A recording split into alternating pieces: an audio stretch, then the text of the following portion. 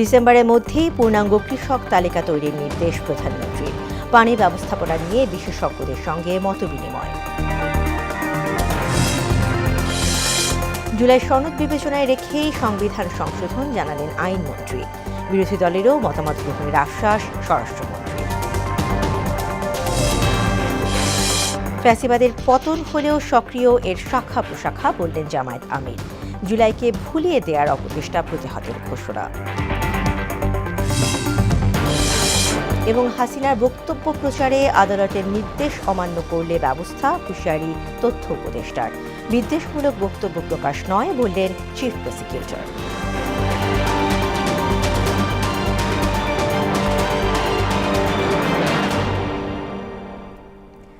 আসসালামু আলাইকুম, মোহনা সংবাদে সবাইকে স্বাগত।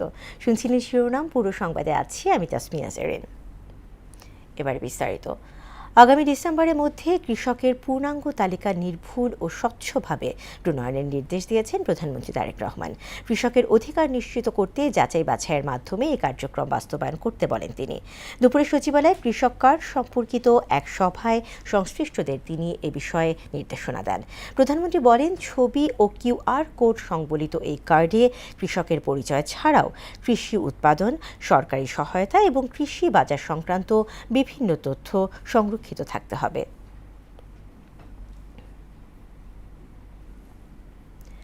এদিকে পানি ব্যবস্থাপনার বিদ্যমান চ্যালেঞ্জ মোকাবেলা এবং টেকসই সমাধান নিশ্চিতে একদল বিশেষজ্ঞের সঙ্গে মতবিনিময় করেছেন প্রধানমন্ত্রী তারেক রহমান।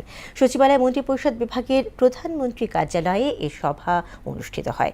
পানি ব্যবস্থাপনার বিভিন্ন সমস্যা, সীমাবদ্ধতা এবং সমাধান নিয়ে নিজেদের অভিজ্ঞতা ও সুপারিশ তুলে ধরে বিশেষজ্ঞরা বলেন, জলবায়ু পরিবর্তনের প্রভাব বিবেচনায় রেখে পদক্ষেপ গ্রহণ করতে হবে।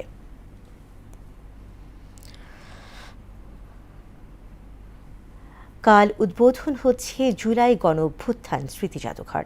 সকাল 9টায় প্রধানমন্ত্রী তারেক রহমান এর উদ্বোধন করবেন। এর পরদিন তা সর্বসাধারণের জন্য উন্মুক্ত করা হবে বলে জানিয়েছেন সংস্কৃতিমন্ত্রী নিতাই রায়চৌধুরী। জুলাই গণ অভ্যুত্থান স্মৃতি জাদুঘর উদ্বোধন উপলক্ষে আয়োজিত ব্রিফিংয়ে তিনি বলেন, গবেষকদের জন্য বিশেষ সুযোগ এবং অনলাইনে টিকিট সংগ্রহের ব্যবস্থা রাখা হয়েছে। 5 তারিখে সকাল 9টায় মাননীয় প্রধানমন্ত্রী তিনি প্রধান অতিথি হিসাবে জুলাই স্মৃতি জাদুঘর শুভ উদ্বোধন ঘোষণা করবেন এবং কালকে এই ঘোষণা পরপরই আমাদের একটা আলোচনা সভা আছে এবং সেই আলোচনা সভা পরে ফলক উন্মোচন আছে। প্রথমে ফলক উন্মোচন, তারপরে জুলাই জাদুঘরের উদ্বোধন। স্বাক্ষরিত জুলাই সনদ বিবেচনায় রেখে পুরো সংবিধান পর্যালোচনা করে সংশোধন করা হবে বলে জানিয়েছেন আইনমন্ত্রী মোহাম্মদ আসাদুজ্জামান। দুপুরে সংবিধান সংশোধনে গঠিত বিশেষ কমিটির প্রথম বৈঠক শেষে তিনি বলেন, জুলাই সনদকে পাশ কাটিয়ে কোনো রাজনৈতিক মতাদর্শ চাপিয়ে দেয়া হবে না। এর আগে স্বরাষ্ট্রমন্ত্রী এবং গঠিত কমিটির সভাপতি সালাউদ্দিন আহমদ বলেন, সকল অংশীজনের মতামতের ভিত্তিতে সংবিধানের 18তম সংশোধনী আনা হবে। বিরোধী দল অংশ না নিলেও তাদের মতামত দেওয়ার সুযোগ থাকবে। মফিউর রহমানের রিপোর্ট। বিরোধী দলের সদস্য ছাড়াই সংবিধান সংশোধনী গঠিত জাতীয় সংসদের বিশেষ কমিটির প্রথম বৈঠক অনুষ্ঠিত হয়েছে। এতে জুলাই সনদে থাকা সংবিধান সম্পর্কিত মৌলিক সংস্কার প্রস্তাবগুলোর ভবিষ্যৎ কাজের ধরন ও প্রতিবেদন জমার সময়সীমা সংক্রান্ত কর্মপরিকল্পনা চূড়ান্ত করা হয়েছে। কমিটির সভাপতি সালাউদ্দিন আহমেদ বলেন, সমাজের বিভিন্ন স্তরের মানুষের সঙ্গে কথা বলে ঠিক করা হবে সংবিধান সংশোধনের প্রক্রিয়া এবং পদক্ষেপ। আমরা জুলাই জাতীয় সনদ পূর্ণাঙ্গভাবে বাস্তবায়ন করতে চাই এবং জুলাই জাতীয় সনদের বাইরেও যে সমস্ত মতামত আসবে সমাজের বিভিন্ন সেকশন থেকে, আইনজীবী, সংবিধান বিশেষজ্ঞ, শিক্ষক সমাজ এবং সাংবাদিক বন্ধুগণ এবং সমাজের আরও অন্যান্য ক্লাস যারা জুলাই গণ অভ্যুত্থান অংশগ্রহণ করেছেন, সেই সমস্ত ছাত্র নেতৃবৃন্দ, বৈষম্য বিরোধী ছাত্র নেতৃবৃন্দ, সকলের সাথে আমরা আলোচনা করব। তিনি জানান, জুলাই সনদের 48 সুপারিশের যেসব বিষয়ে বিএনপির নোট অফ ডিসেন্ট ছিল সেগুলোকে সেভাবে পর্যালোচনা করা হবে। বিরোধী দল কমিটিতে অংশ না নিলেও তাদের মতামত নেওয়ার সুযোগ রয়েছে।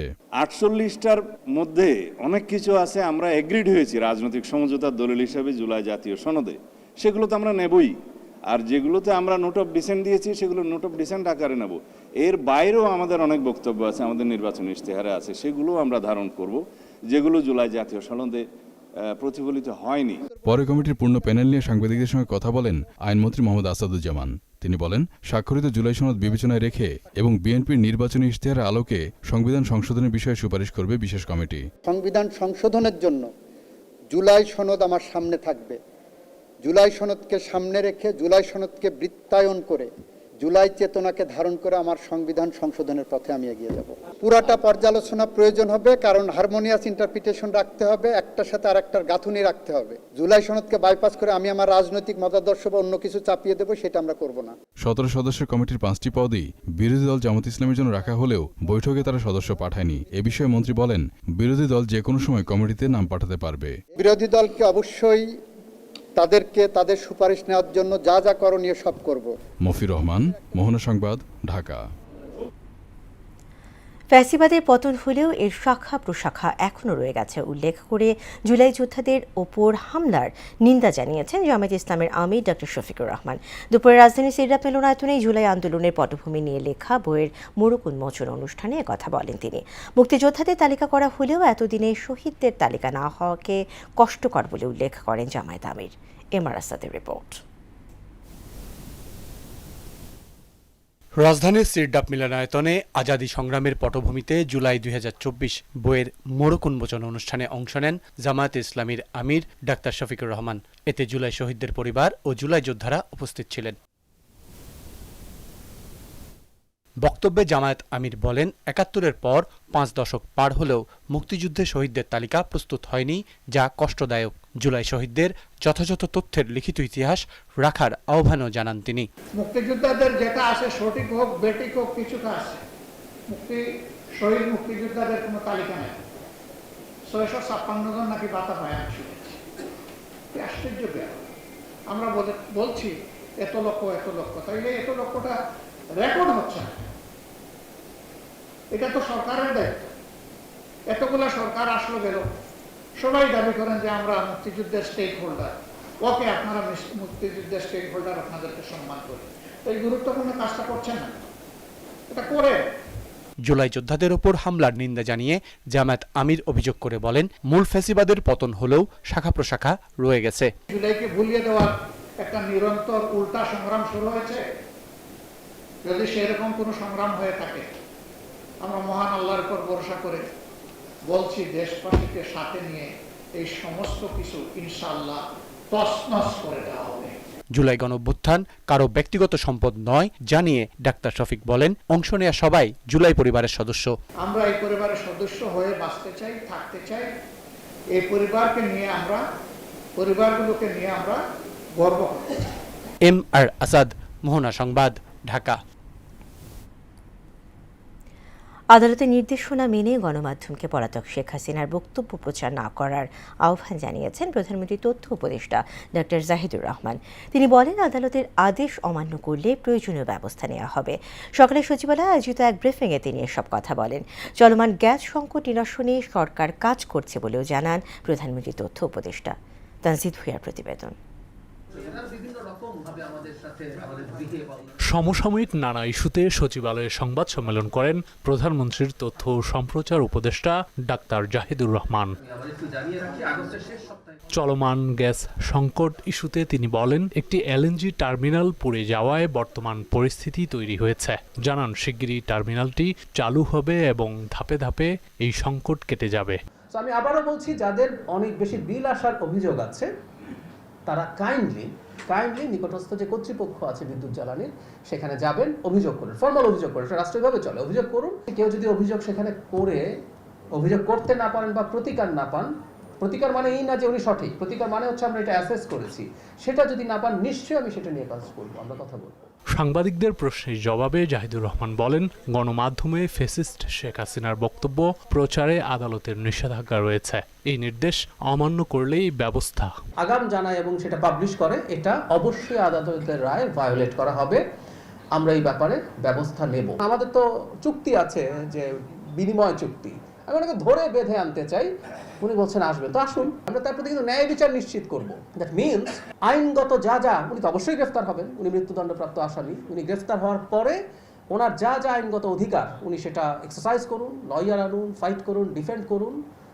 এতে আদালত যে রায় দেবে সেই মৃত্যুদণ্ড বহাল বা ওনাকে খালাস যাই দিক। আদালতের নির্দেশ মানা প্রত্যেক ব্যক্তি প্রতিষ্ঠানের দায়িত্ব বলেও মন্তব্য করেন প্রধানমন্ত্রীর তথ্য উপদেষ্টা।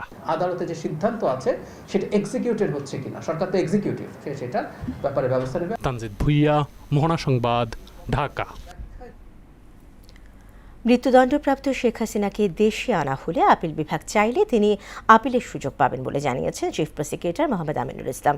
যদিও ট্রাইব্যুনাল আইন অনুযায়ী ৩০ দিনের মধ্যে সেই সুযোগ শেষ হয়ে গেছে। দুপুরে নিজ কার্যালয়ে জুলাই অভ্যুত্থানের ২ বছরের বিচার কাজের অগ্রগতি বিষয়ক ব্রিফিংয়ে এসব কথা বলেন চিফ প্রসিকিউটর। শেখ হাসিনার কোনো বিদ্বেষমূলক বক্তব্য গণমাধ্যমে প্রচার করা যাবে না বলে উল্লেখ করেন তিনি। মুদাসসির আলী প্রতিবেদন। ২৪শে ছাত্র জনতার রক্তক্ষয়ী গণ অভ্যুত্থানের ২ বছর পূর্ণ হচ্ছে বুধবার। সে সময় সংঘটিত মানবতাবিরোধী অপরাধের বিচার কাজ চলছে আন্তর্জাতিক অপরাধ ট্রাইব্যুনালে। এর মধ্যে ৬টি মামলার রায়ও হয়েছে। ট্রাইব্যুনালের বিচার কাজের অগ্রগতি নিয়ে মঙ্গলবার সংবাদ সম্মেলন করেন চিফ প্রসিকিউটর মোহাম্মদ আমিনুল ইসলাম। শুরুতেই তিনি জানান শিগগিরই ৩টি মামলার রায় ঘোষণা করবেন ট্রাইব্যুনাল। আমাদের ৩টি মামলা এই মাসেই ইনশাআল্লাহ রায়ের জন্য অপেক্ষমান। মানবতা বিরোধী অপরাধ মামলায় মৃত্যুদণ্ডপ্রাপ্ত শেখ হাসিনা প্রসঙ্গে চিফ প্রসিকিউটর বলেন, ট্রাইব্যুনাল আইন অনুযায়ী রায়ের বিরুদ্ধে আপিল করার সুযোগ আগেই শেষ হয়েছে, তবে আপিল বিভাগের ওপরেও কিছু বিষয় নির্ভর করছে। আইনে যদি বার থাকে অথবা যদি উনি করতে পারেন, উনি যদি আপিল করতে পারেন তাহলে এক প্রক্রিয়া শেষ হবে। উনি যদি আপিল করার সুযোগ না থাকে আইন অনুযায়ী, তাহলে তো রায় অন্যভাবে বাস্তবায়ন হবে। আর আপিল করতে পারলে আপিল নিষ্পত্তির সাপেক্ষে তার রায় বাস্তবায়ন হবে। ভারতে বসে শেখ হাসিনার বক্তব্য দেওয়া প্রসঙ্গে তিনি বলেন, বিদ্বেষমূলক বক্তব্য প্রচারের সুযোগ নেই। শুধু বিদ্বেষমূলক বক্তব্য যাতে প্রচার না হয়, আপনাদের উপরে একটা নিষেধাজ্ঞা আছে, শুধু বিদ্বেষমূলক বক্তব্য। এদিকে রায় হয়ে যাওয়া মামলাগুলোর আপিল শুনানির জন্য উদ্যোগ নেওয়া হচ্ছে বলে জানান আমিনুল ইসলাম। আমরা যে কয়টা মামলা ইতিমধ্যে আমাদের এপিল আছে, এজ এ হোল আমরা সবগুলো আপিলই আমরা শুনানির একটা উদ্যোগ নিচ্ছি। যে আসামিগুলোর সাজা অল্প ছিল, যেগুলো আমরা এনহ্যান্সমেন্টের জন্য আপিল করেছিলাম, সেই আপিলগুলো আমাদের দ্রুত নিষ্পত্তি হওয়া প্রয়োজন। গুম প্রতিকার আইন অনুমোদন পেলেও কেবল সিস্টেমেটিক ও ওয়াইডস্প্রেড গুমের ঘটনায় ট্রাইব্যুনালের বিচারের বিষয় হিসেবে বিবেচ্য হবে বলে জানান চিফ প্রসিকিউটর। যদি সিস্টেমেটিক এবং ওয়াইডস্প্রেড হয় তাহলে এটা মানবতা বিরোধী অপরাধ হিসেবে এই ট্রাইব্যুনালে বিচার। মুদাসসির আলী, মোহনা সংবাদ, ঢাকা। মুক্ত বাণিজ্য চুক্তির মাধ্যমে বাংলাদেশ ও দক্ষিণ কোরিয়ার সঙ্গে অগ্রাধিকার ভিত্তিতে রাজনৈতিক খাতকে গুরুত্ব দেওয়া হয়েছে বলে জানিয়েছেন বাণিজ্যমন্ত্রী খন্দকার আব্দুল মুক্তাদির। এতে প্রায় ৯৭% পণ্য অগ্রাধিকার ভিত্তিতে শুল্কমুক্ত সুবিধা পাবে দুই দেশ। সকালে সচিবালয়ে বাণিজ্য মন্ত্রণালয়ের সম্মেলন কক্ষে বাণিজ্যমন্ত্রী এসব কথা বলেন। এই চুক্তির মাধ্যমে দেশে বিনিয়োগ বাড়ার পাশাপাশি নতুন কর্মসংস্থানের সৃষ্টি হবে বলেও জানান তিনি। বাংলাদেশ সরকার মাননীয় প্রধানমন্ত্রী তারেক রহমানের নেতৃত্বে বাংলাদেশের জন্য একটি ভালো বাণিজ্য চুক্তি করেছে, যেটার সুফল আগামী কয়েক দশক ধরে বাংলাদেশ ভোগ করবে। শিল্পোন্নত দেশগুলির একটিকে আমরা আগামী দিন পাবো আমাদের সাথে, এবং দুই দেশের মধ্যে বিনিয়োগ, দুই দেশের মধ্যে ট্রেড সম্প্রসারিত হবে, বাণিজ্য সম্প্রসারিত হবে, এবং দক্ষিণ কোরিয়ার কাঙ্ক্ষিত বিনিয়োগ আমাদের দেশে নতুন কর্মসংস্থান সৃষ্টিতে সহায়ক হবে। পোশাক ও টেক্সটাইল খাতের রপ্তানি বাজারকে $100 বিলিয়ন রূপান্তর করা হবে বলে জানিয়েছেন বিজিএমইএ সভাপতি মাহমুদ হাসান খান। আর বিটিএমএ সভাপতি শওকত আজিজ বলেন, দুটি সংস্থা একীভূত না হলে রপ্তানির এ লক্ষ্যমাত্রা অর্জন সম্ভব নয়। দুপুরে গুলশান ক্লাবে বিটিএমএ এবং বিজিএমইএ সমঝোতা স্মারক স্বাক্ষর অনুষ্ঠানে একথা বলেন তারা। একই সঙ্গে উৎপাদন ব্যয় কমাতে দেশেই খাত সংশ্লিষ্ট মেশিনারিজ তৈরির ওপর জোর দেয় সংগঠন দুটি। মনিরুল ইসলামের প্রতিবেদন। দেশের পোশাক ও বস্ত্র খাতের স্বার্থে যৌথভাবে আন্তর্জাতিক প্রদর্শনী আয়োজনের ঘোষণা দিয়েছে বিজিএমইএ এবং বিটিএমএ। দুপুরে এ সংক্রান্ত একটি সমঝোতা চুক্তি স্বাক্ষর করে পোশাক ও টেক্সটাইল শিল্প মালিকদের শীর্ষ দুই সংগঠন। বৈশ্বিক অনিশ্চয়তা আর অভ্যন্তরীণ সংকটে গেল অর্থবছরের 9 মাসই ছিল নেতিবাচক প্রবৃদ্ধি। সবশেষ জুলাই মাসে পোশাক খাত থেকে রপ্তানি আয় হয়েছে $3.89 বিলিয়ন, যা আগের বছরের একই সময়ের তুলনায় 1.92% কম।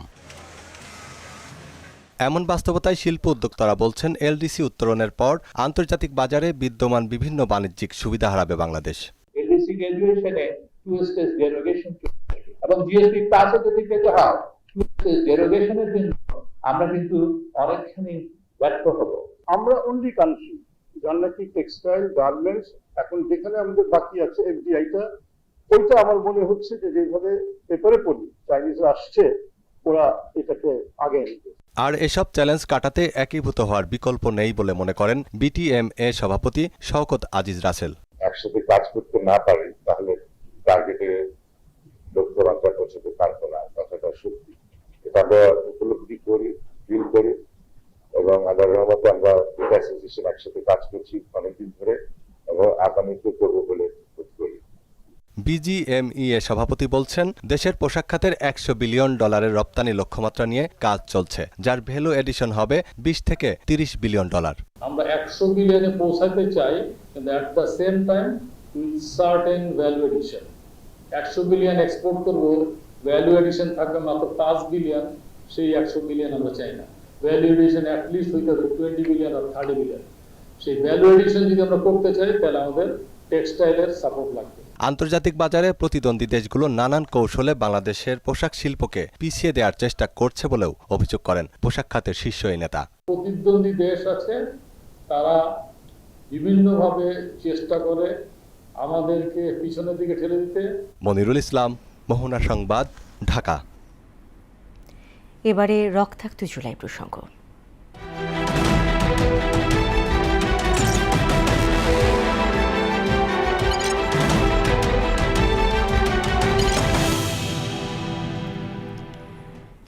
অগাস্ট 2024 পতনের আগে শেষ শক্তি প্রয়োগে রক্তে রঞ্জিত হয় সারা দেশ।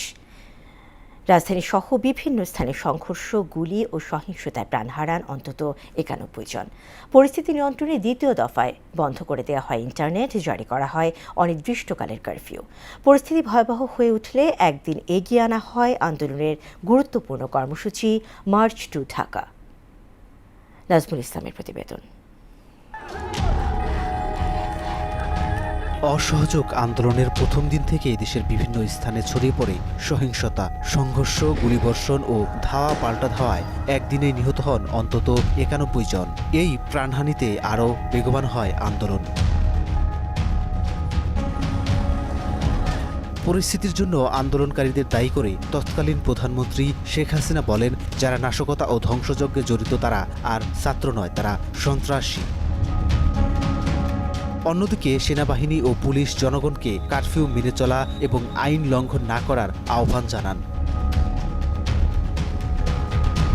দিনের শেষ ভাগে সরকার দ্বিতীয় দফায় সারা দেশে ইন্টারনেট বন্ধ করে দেয়। সন্ধ্যা 6টা থেকে জারি করা হয় অনির্দিষ্টকালের কারফিউ। কার্যত পুরো দেশ চলে যায় কঠোর নিরাপত্তা বলয়ে।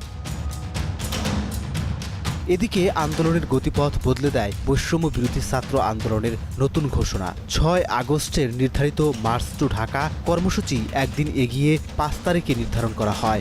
সমন্বয়ক আসিফ মাহমুদ দেশজুড়ে ছাত্র জনতাকে ঢাকার উদ্দেশ্যে যাত্রা শুরু করার আহ্বান জানান। 6 তারিখের যেই লং মার্চ টু ঢাকা কর্মসূচি ছিল সেটাকে আমরা একদিন এগিয়ে নিয়ে এসেছি। 5ই আগস্ট সারা দেশের মুক্তিকামী জনতাকে ঢাকার উদ্দেশ্যে রওনা হওয়ার জন্য আমরা আহ্বান জানাচ্ছি। সেই ঘোষণায় পরদিনের ঘটনা প্রবাহের ভিত্তি রচনা করে।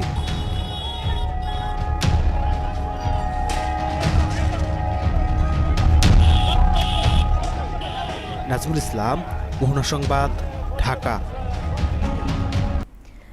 বেগম রোকেয়া বিশ্ববিদ্যালয় ক্যাম্পাসে শান্তি শৃঙ্খলা বজায় রাখতে 144 ধারা জারির জন্য তাজহাট মেট্রোপলিটন থানার ভারপ্রাপ্ত কর্মকর্তার কাছে লিখিত আবেদন করেছে বিশ্ববিদ্যালয় প্রশাসন। মঙ্গলবার বিশ্ববিদ্যালয়ের প্রক্টর অধ্যাপক মোহাম্মদ ফেরদৌস রহমান স্বাক্ষরিত এক চিঠিতে আবেদন জানানো হয়। চিঠিতে উল্লেখ করা হয়, গেল 3 আগস্ট ছাত্র শিবির ও ছাত্র দলের নেতাকর্মীদের মধ্যে সংঘর্ষে উভয় পক্ষের 5 জন শিক্ষার্থী গুরুতর আহত হন।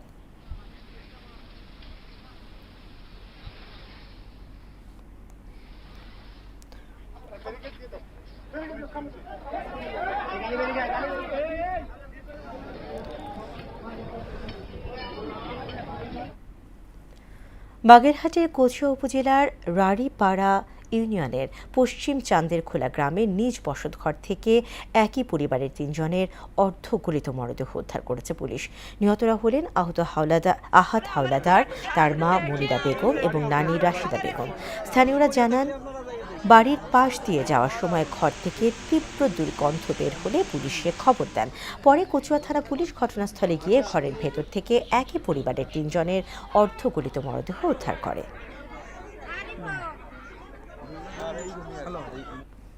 এবারে আন্তর্জাতিক। ইরান ইরাক দ্বিপাক্ষিক সম্পর্ক সুদৃঢ় এবং সেরা অবস্থানে রয়েছে বলে মন্তব্য করেছেন ইরানের পররাষ্ট্রমন্ত্রী আব্বাস আরাঘচি। আর ইউক্রেনের ড্রোন হামলায় রাশিয়ার কৃষ্ণ সাগর উপকূলীয় অঞ্চলে অন্তত 7 জন নিহত হয়েছেন। MR শাহিনের ডেস্ক রিপোর্ট। সম্প্রতি তেহরান সফর করেন ইরাকের প্রধানমন্ত্রী। সফরে দুদেশের মধ্যে অত্যন্ত ফলপ্রসূ ও ইতিবাচক আলোচনা হয়েছে বলে দাবি করেছেন ইরানের পররাষ্ট্রমন্ত্রী আব্বাস আরাঘচি। সোমবার এক প্রতিবেদনে এমন তথ্য জানায় কাতার ভিত্তিক সংবাদ মাধ্যম আল জাজিরা। ইরাকের সঙ্গে ইরানের বর্তমান দ্বিপাক্ষিক সম্পর্ক সেরা অবস্থানে রয়েছে বলে দাবি করেন আব্বাস আরাঘচি। সাধারণ আঞ্চলিক ইস্যুগুলোতেও অভিন্ন রাজনৈতিক অবস্থানের পাশাপাশি অর্থনৈতিক বিনিময় ও সীমান্ত নিরাপত্তা রক্ষায় দুদেশ সর্বোচ্চ সমন্বয়ের সঙ্গে কাজ করছে বলেও মন্তব্য করেন ইরানের পররাষ্ট্রমন্ত্রী। এদিকে রাশিয়ার কৃষ্ণ সাগর উপকূলীয় জনপ্রিয় একটি পর্যটন কেন্দ্রে ইউক্রেনের ভয়াবহ ড্রোন হামলায় অন্তত 7 জন নিহত হয়েছেন। এতে আহত হন আরও 40 জন। অন্যদিকে ইয়েমেনের বিদ্রোহী গোষ্ঠী হুতিদের হামলায় ক্ষয়ক্ষতির পরিমাণ জানিয়েছে সৌদি আরব। হামলায় তেল উৎপাদনে কোনো প্রভাব ফেলেনি বলে জানান দেশটির প্রেসিডেন্ট। MR শাহিন, মোহনা সংবাদ। খেলা খবর ফুটবল। পায়ের তলা থেকে মাটি সরে যাচ্ছে ফিফা সভাপতি জিয়ান্নি ইনফান্তিনোর। ফুটবল বিশ্বকাপ সহ বড় টুর্নামেন্টের বাণিজ্যিক স্বত্ব বেসরকারি বিনিয়োগকারীদের কাছে বিক্রির হঠকারী সিদ্ধান্ত নিয়ে এমন চরম অস্তিত্ব সংকটে এখন ফুটবল নিয়ন্ত্রণ। তীব্র সমালোচনার মুখে বিতর্কিত পরিকল্পনা থেকে পিছু হটেও শান্ত করতে পারছেন না ফুটবল বিশ্বকে। উল্টা তার বিরুদ্ধে সরাসরি আইনি লড়াইয়ের ঘোষণা দিয়েছে ইউরোপীয় ফুটবলের অভিভাবক ইউএফা। বিস্তারিত মশিউর রহমানের রিপোর্ট। ফুটবলকে অতি বাণিজ্যিকরণের পথে হাঁটতে গিয়ে নিজের চেয়ারটাই বড় ধরনের ঝুঁকিতে ফেলেছেন ফিফার সভাপতি জিয়ানলুই ইনফান্তিনো। বিশ্বকাপের মতো মেগা টুর্নামেন্টের মূল বাণিজ্যিক স্বত্ব বেসরকারি পুঁজিপাতীদের হাতে তুলে দেওয়ার গোপন ও আত্মঘাতী ছক কষেছিলেন তিনি। ফুটবল দুনিয়া জুড়ে তীব্র ক্ষোভ ও প্রতিকারের মুখে শেষ পর্যন্ত সেই স্বত্ব বিক্রির পরিকল্পনা থেকে পিছু হটেছে ফিফা প্রশাসন। কিন্তু ড্যামেজ কন্ট্রোল করেও লাভ হচ্ছে না। একের পর এক সদস্য দেশ ও ফুটবল সংস্থা এখন ফিফার সভাপতির ওপর থেকে আস্থা হারাচ্ছে। পরিস্থিতি এবার আরও জটিল করে ফিফা প্রধানের বিরুদ্ধে প্রকাশ্য যুদ্ধ ঘোষণা করেছে ইউরোপীয় ফুটবলের সর্বোচ্চ নিয়ন্ত্রক সংস্থা উয়েফা। বিশ্ব ফুটবলের অভিভাবক হয়েও এখন নিজের অস্তিত্ব টিকিয়ে রাখার কঠিন লড়াইয়ে ইনফান্তিনো। উয়েফার আইনি চ্যালেঞ্জ এবং ফুটবল সংস্থাগুলোর অনাস্থার মুখে ফিফা প্রধানের ভবিষ্যৎ কোন দিকে মোড় নেয় তা এখন সময় বলে দেবে। মশিউর রহমান, মোহনা সংবাদ। সাফ চ্যাম্পিয়নশিপকে সামনে রেখে জার্মানির ক্রিশ্চিয়ান বারবুচাককে জাতীয় ফুটবল দলের গোলরক্ষক কোচ হিসেবে নিয়োগ দিয়েছে বাফুফে। প্রধান কোচ থমাস জুলির কোচিং প্যানেলকে শক্তিশালী করতে এই চুক্তি করা হয়। এর আগে কাজাখস্তান জাতীয় দল এবং জার্মান বুন্দেসলিগার ক্লাব এফসি অক্সবার্গের গোলকিপিং কোচ হিসেবে কাজ করেছেন বারবুচাক। বাংলাদেশ দলের গোলকিপিং বিভাগকে আধুনিক করাই হবে তার প্রধান কাজ। কোচিংয়ে আসার আগে 1983 থেকে 1999 সালের মধ্যে তিনি Germany, Slovakia, Italy, Austria, Switzerland এবং যুক্তরাষ্ট্রের বিভিন্ন ক্লাব এবং বয়সভিত্তিক দলের হয়ে খেলেছেন। শেষ করব মোহনা সংবাদ, যে আবার আগে শিরোনামগুলো আরও একবার।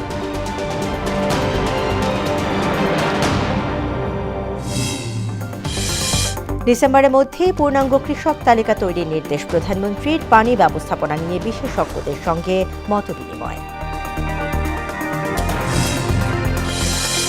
জুলাই সনদ বিবেচনায় রেখে সংবিধান সংশোধন জানালেন আইনমন্ত্রী। বিরোধী দলেরও মতামত গ্রহণের আশ্বাস স্বরাষ্ট্রমন্ত্রীর। ফ্যাসিবাদের পতন হলেও সক্রিয় এর শাখা প্রশাখা, বললেন জামায়াত আমির। জুলাইকে ভুলিয়ে দেওয়ার অপচেষ্টা প্রতিহতের ঘোষণা।